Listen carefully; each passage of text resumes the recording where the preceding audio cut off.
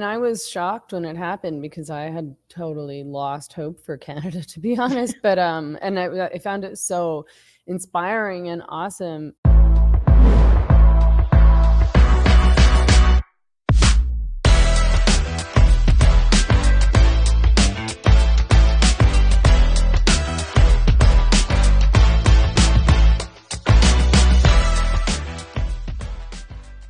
Hey everybody, this is Michelle Evans, Texans for Vaccine Choice, and today I have the privilege of interviewing Meghan Murphy. She's a Canadian writer living in Mexico, the founder of Feminist Current, and she hosts the Same Drugs podcast.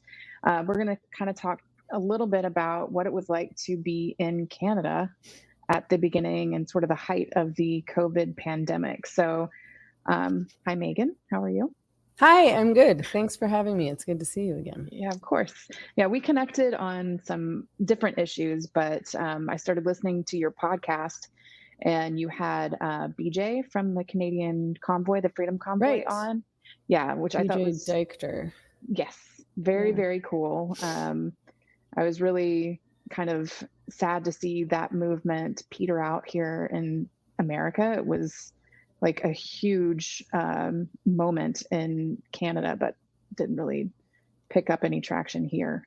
Yeah, it was. I was shocked when it happened because I had totally lost hope for Canada, to be honest. But and I found it so inspiring and awesome. And they're still going. Like when I was back in BC a couple months ago, I connected with a bunch of the freedom people. This is sort of how they refer to themselves, like the freedom movement, over in BC, which is where I'm from. And they're awesome, and they're like super organized and connected across the country, and good at working with other people, which I was like, I work alone for a reason. So anyway, it was like it made me feel a lot better about the situation in Canada in any case. Yeah, well, let's talk a little bit about your experience in Canada in 2020 and 2021. You left Canada in 2021, correct? I left Canada in the very beginning of 2021. So it would have been January of almost 3 years ago now. Wow. Yeah.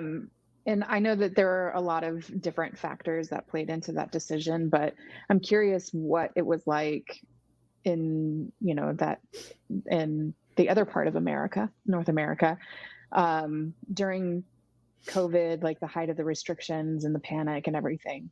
What was your experience? Yeah, I left Canada because of what Justin Trudeau's government was doing. Sorry, my nose is itchy. I keep touching my nose.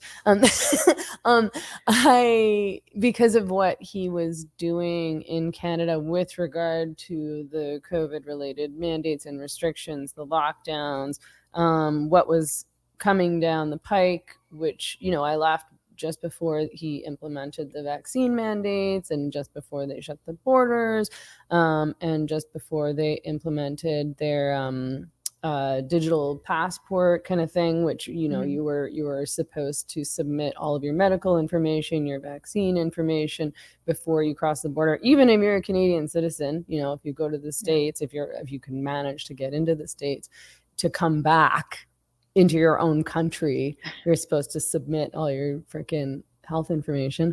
There was other stuff too, with regard to his crackdowns on free speech and his online so-called hate speech bills and so on and so forth. But mostly I was freaked out about the COVID stuff, and I frankly couldn't handle and didn't want to handle living under lockdown anymore. I've never had so much anxiety or depression in my life. I'm not an anxious or depressed person. I just don't struggle with those things. And I was doing everything right, Right. I was like working out at home. I was like going out for walks when I could. I tried a couple of these Zoom cocktail hours and then was like, this is awful.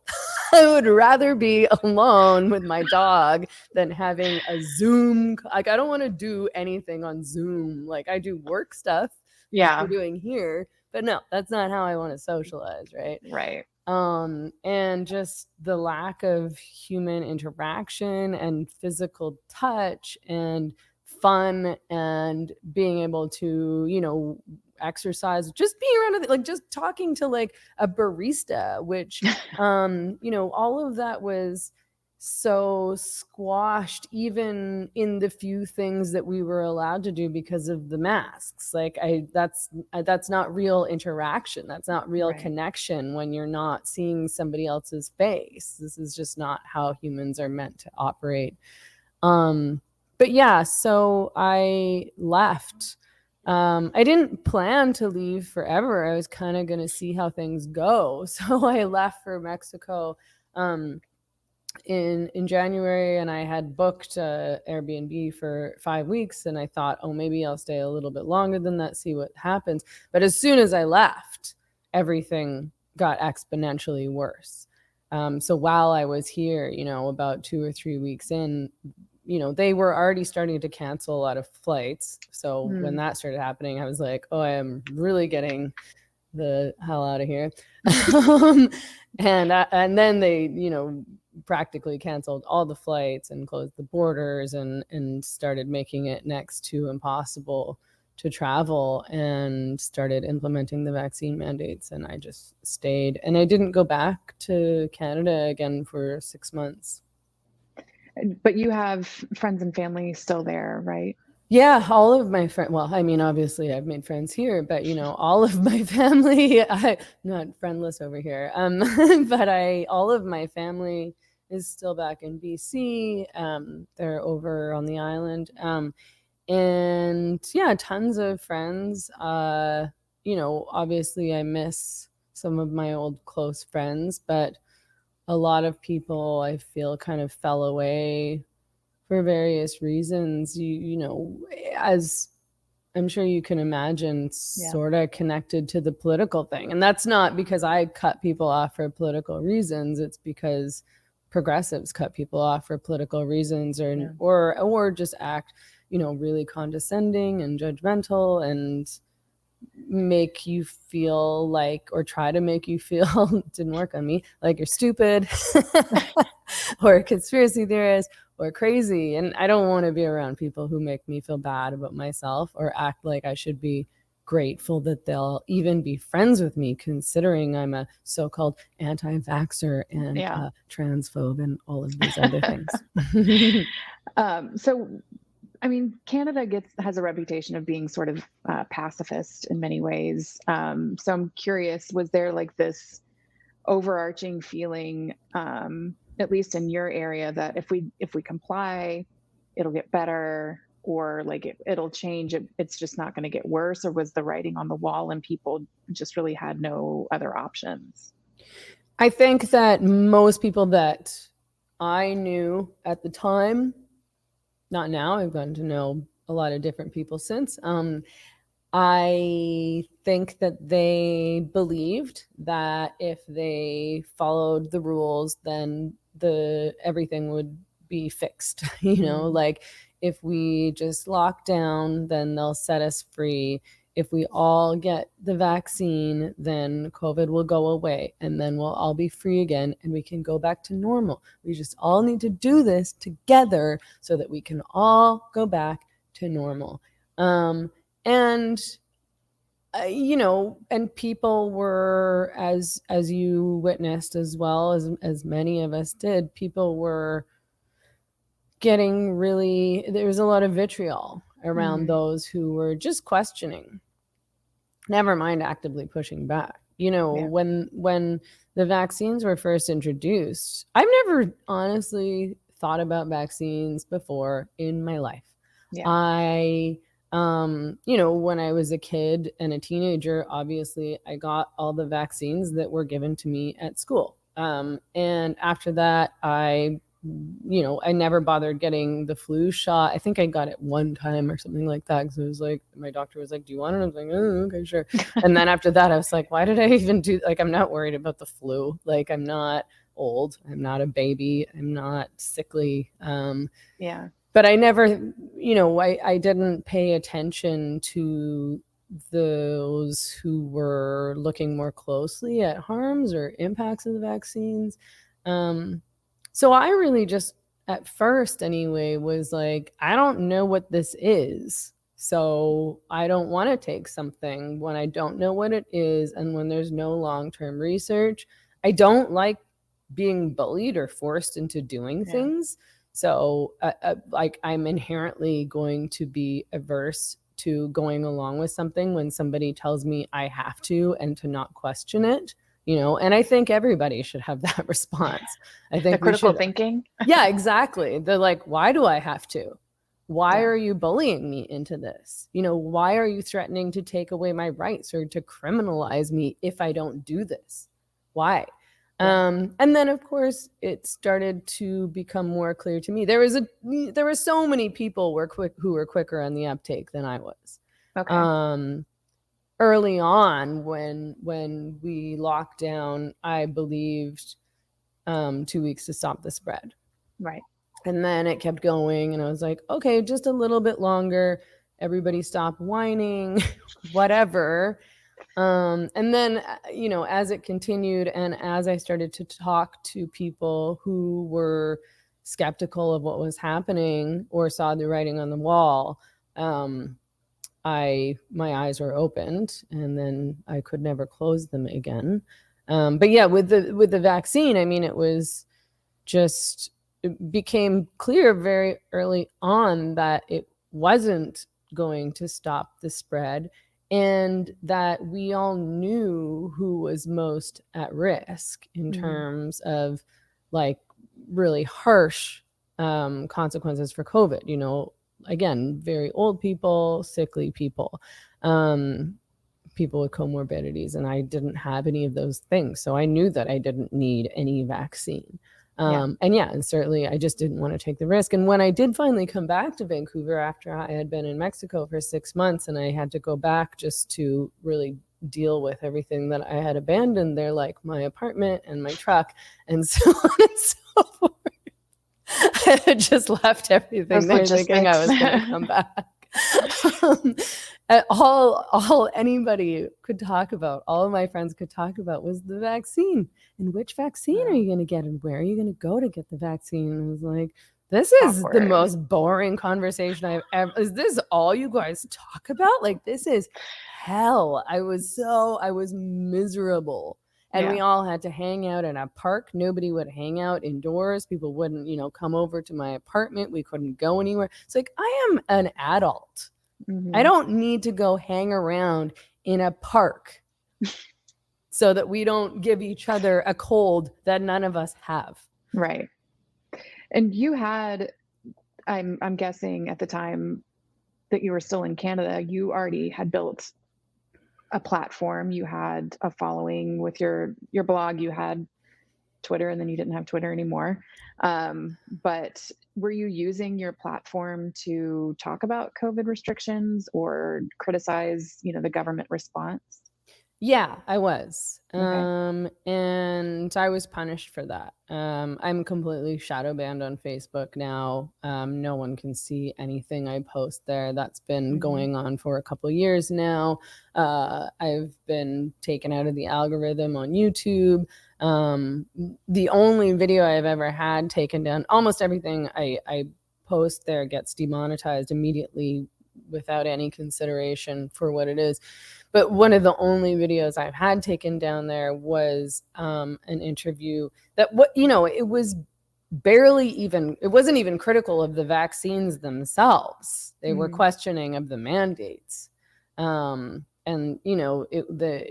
it was just so milquetoast as far as what you could actually say about the mandates and the vaccines. And YouTube took it down. And so I mean, I'm out of the algorithm there, demonetized. I started doing interviews about the COVID lockdowns pretty early on, I think. And that's sort of what helped me understand what was really going on and what the dangers were.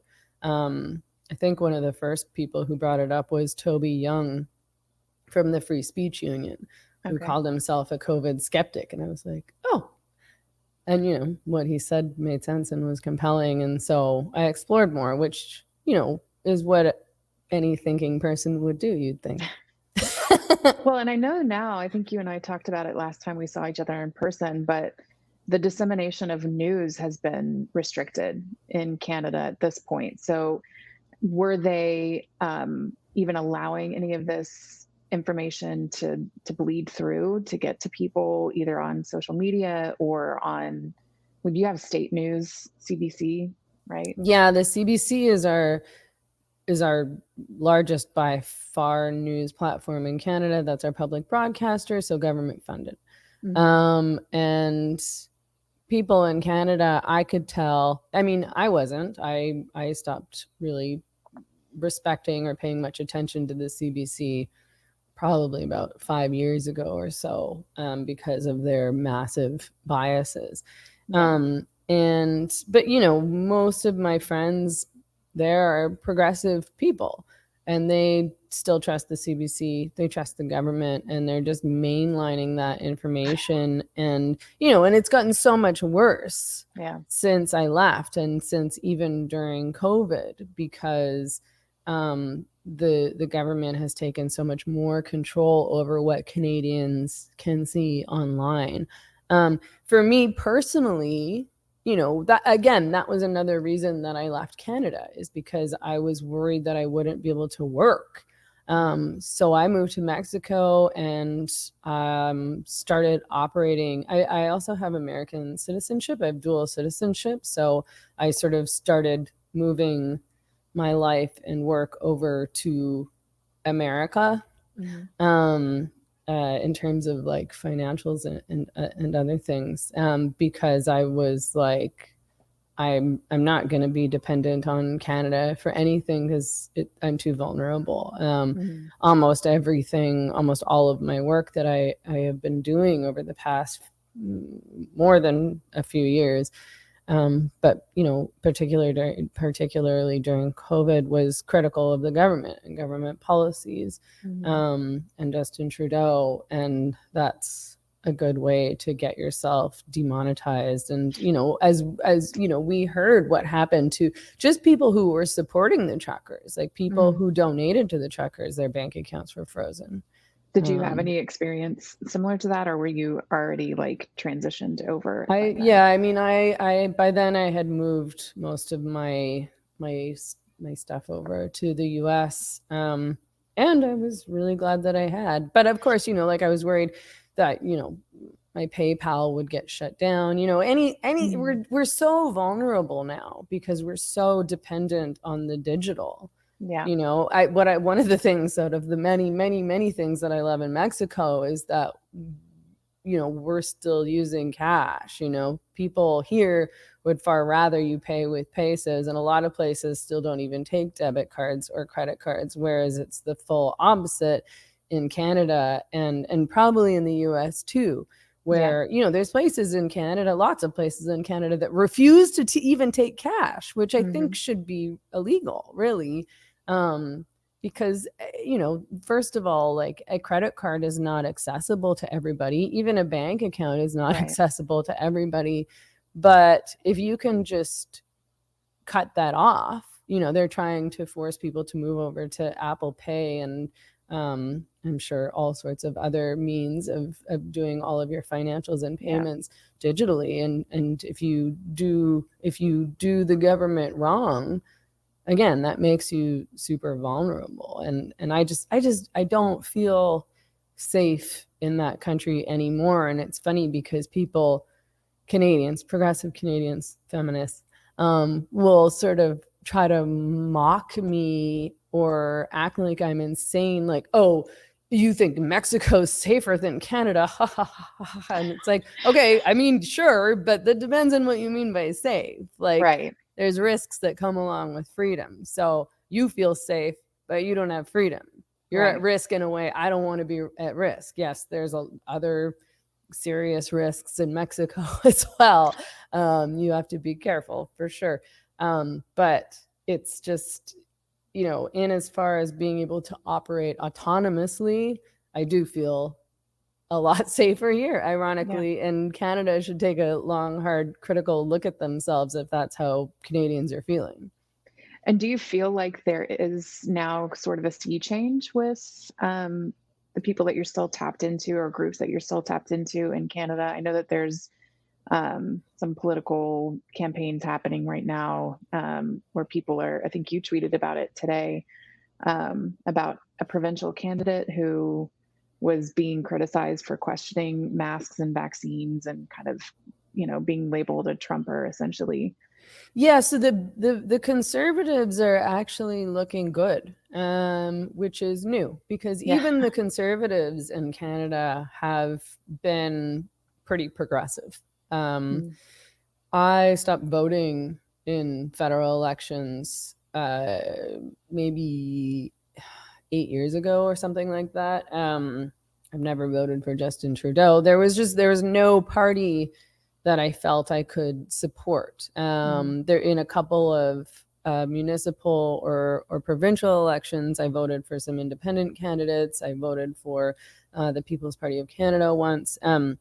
But there's never been any actually mainstream party, and that was this past year that I voted for the People's Party of Canada candidate that I felt could represent any of my interests. Mm-hmm. So that's you can choose between the NDP, our far left party, the Liberals, who are sort of center, maybe a little bit left of center, and the Conservatives, who are supposedly our right wing party, but they're hardly right wing.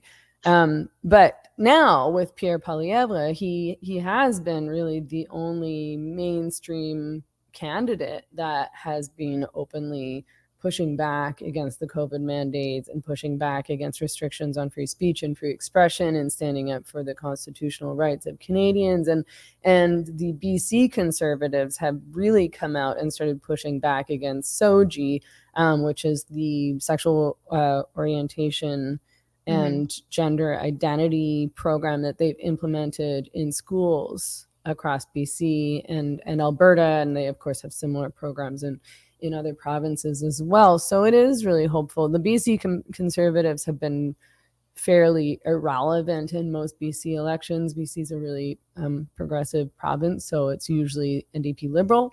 But there's people who are just desperate for anybody to say something about this stuff, and no one has. So it's not, I'm not right wing, I'm not conservative, I'm not anything, but I'm not going to vote for a party that's willing to take away my rights and freedoms, restrict my constitutional rights, who pretend not to know what a woman is.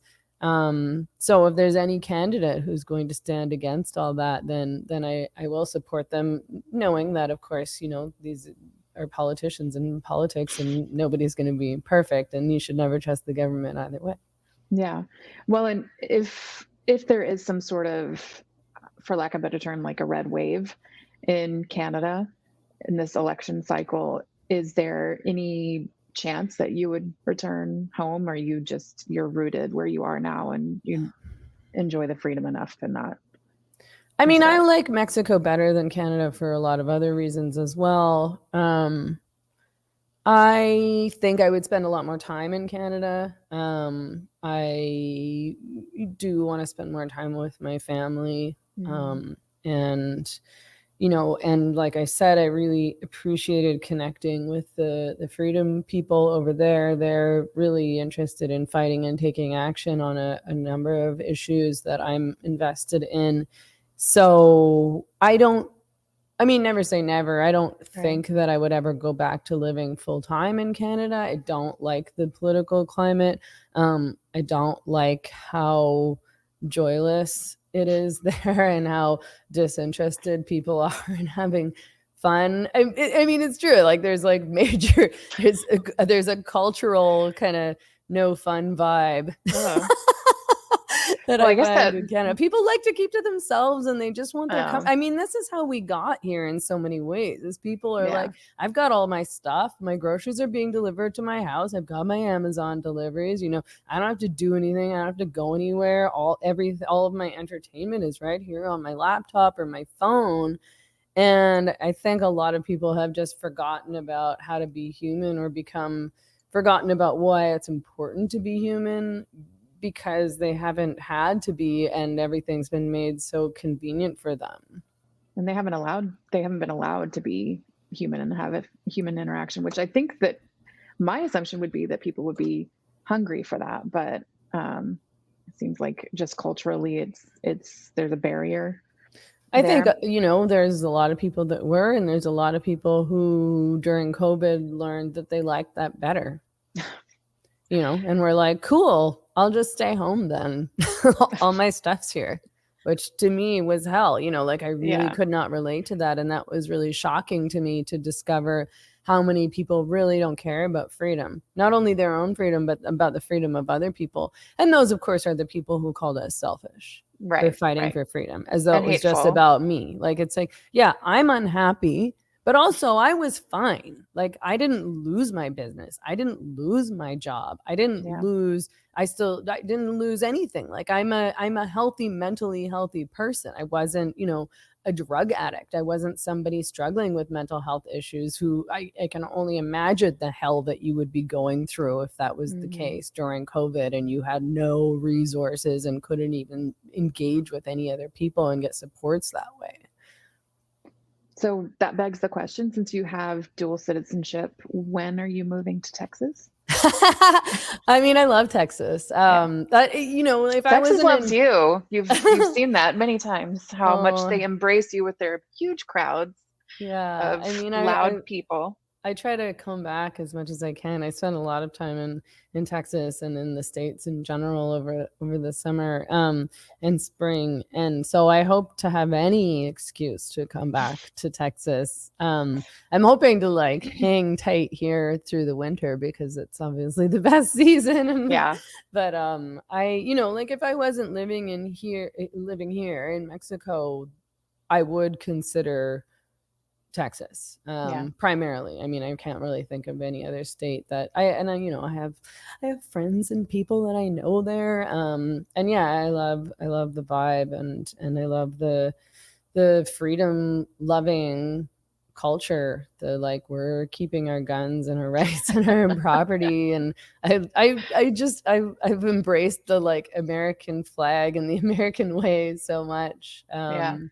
And yeah, it's so great to be around people who are, like, I think it's simple in a lot of ways. It's just like, let me live my life. Like, Yeah. stay out of my life. Like, all these people who are really such, actually, self-centered, self-absorbed people who don't know what's happening in the rest of the world, who don't interact with anyone different than them, who are not getting out into the world and having conversations with other people about their lives and their experiences and what they want.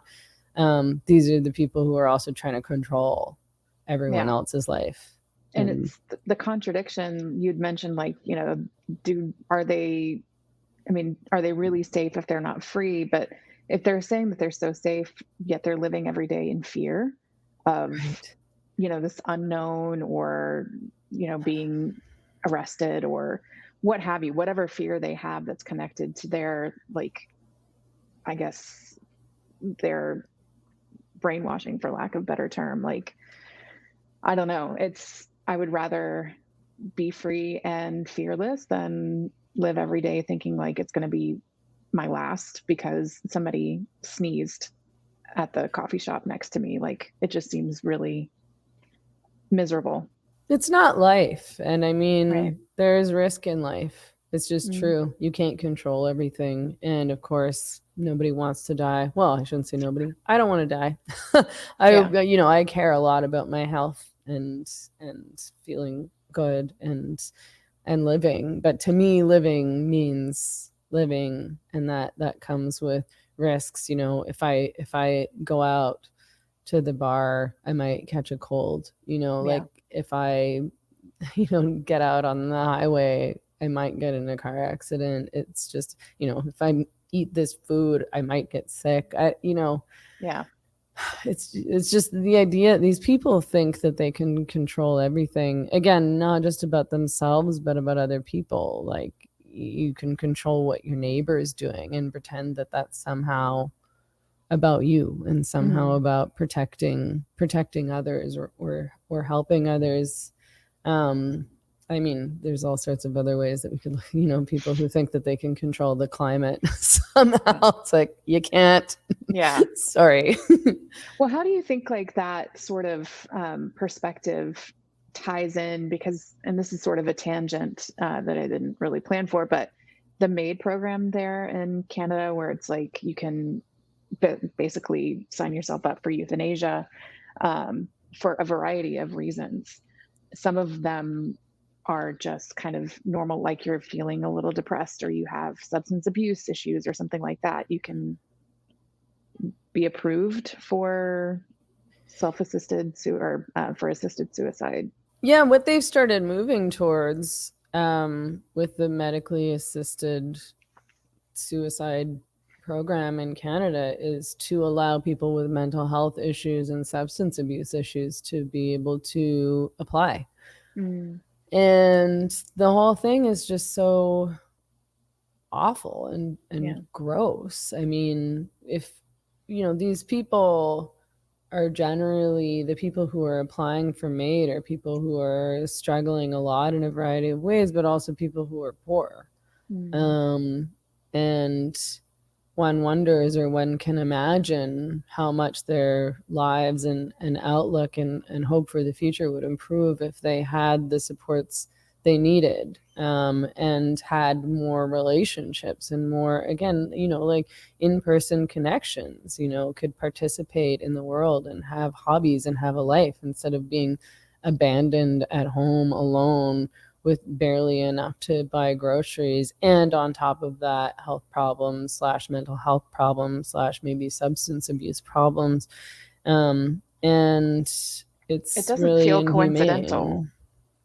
Well, and it's so much easier for the government, obviously. What's so much more costly is to provide really good healthcare, mental health support, in-person support, rehab. These things are really, really expensive, and it's a lot cheaper to just let someone die. Yeah. That's it, at the end of the day, as far as I'm concerned.